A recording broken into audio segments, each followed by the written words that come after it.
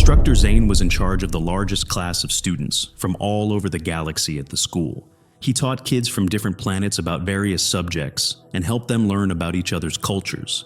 Everything was going well until Julia, the first human student, joined the school. Julia came from Earth, a planet that many thought was dangerous and unlivable. Because of these rumors, she found it hard to make friends and often ate her lunch alone in a quiet corner. Even though she tried to join in with the others, they were too cautious of her to become friends. Seeing this, Instructor Zane decided to help everyone see how similar they were, despite where they came from. He explained to the class that every planet had its dangers, making each one a Deathworld in some way. He then gave them a big assignment. In 3 weeks, I want each of you to make a video about your home planet, especially the dangerous parts. If you come from the same planet as someone else, you can work together. Remember, this project will be 40% of your final grade, so do your best, he told them. Julia worked hard on her video, showing the dangerous parts of Earth. When it was time to present, she was nervous but also curious about what the other students would share. The first presentation was from students from Barry. They showed a video of a small furry animal that looked harmless but suddenly showed sharp claws and attacked a piece of cloth. "Watch what happens here," one of the students said excitedly. When the animal attacked, he pointed out, "If that were your arm, those claws would cut right through." The class clapped and murmured, impressed by the video. But Julia looked confused. When Instructor Zane noticed, he asked if she had a question.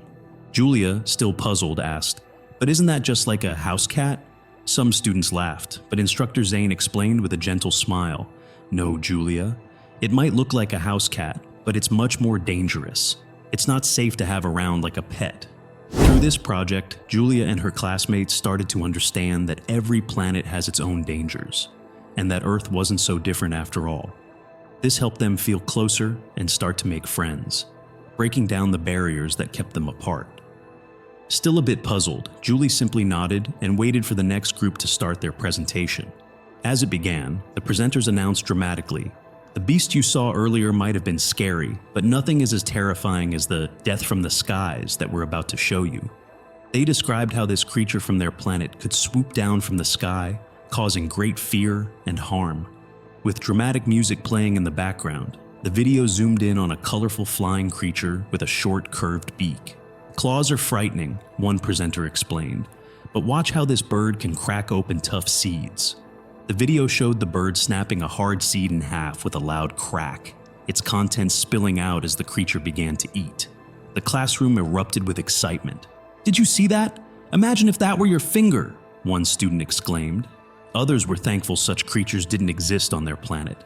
But Julie looked confused. She raised her hand and said loudly, "But that looks just like a parakeet." The room fell silent, with some students whispering about her being jealous or rude.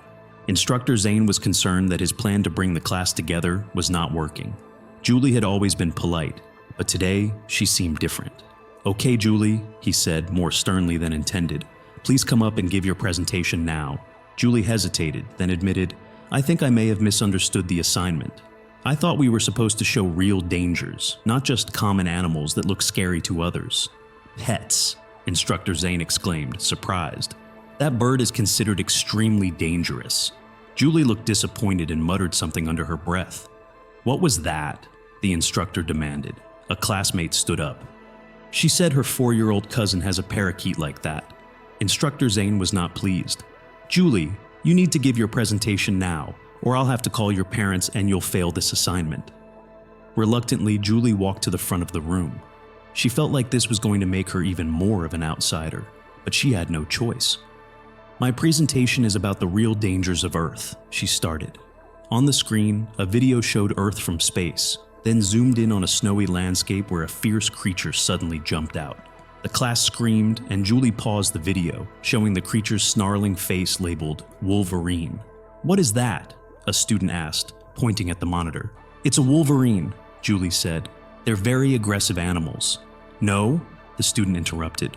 "What's all that white stuff?" "Snow," Julie explained, puzzled. "It's what happens when rain freezes before it hits the ground." The student was amazed. "Your rain can freeze? Outside, not in a lab?" Julie shrugged. "Yes, for about 25 to 40% of the year, depending on where you are." The room was silent as she resumed the video, determined to finish her presentation despite the tension. You can see the wolverine is quite fierce, even daring to confront predators much larger than itself, Julie said, as she showed a clip of a small wolverine growling at a grizzly bear. Gasps filled the room when a student shouted, pointing at the enormous bear on the screen. "What in the world is that?" Pausing the video, Julie turned to the class. "The bear? Oh, we have lots of those on Earth." The student trembled. "All over? How are you still alive?" Julie chuckled. "Bears are tough, but Earth has creatures even scarier than bears." A voice cut through the murmurs. It was her instructor, his voice tinged with disbelief. "You must be exaggerating."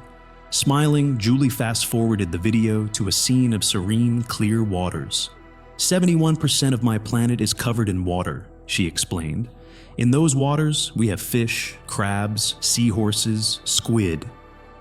Images of these marine animals appeared on the screen, captivating the class. "We also have seals," she added, glancing at Duat, her alien classmate who resembled a seal. Duat smiled, enjoying the playful seals on display. Then, Julie switched the scene. Suddenly, a great white shark burst onto the screen, attacking a seal in a cloud of red. The class recoiled as the screen filled with the aftermath of the attack. "Stop! Please stop!" Instructor Zane shouted, overwhelmed by the graphic nature of the video. "But I haven't even mentioned the vampire bats that drink your blood, or the crocodiles, lions, snakes." Julie listed, each mention drawing more gasps and groans from her classmates. "Enough!" Instructor Zane exclaimed, holding his chest. Duat, pale and wide-eyed, managed to ask, "How did your people even survive?"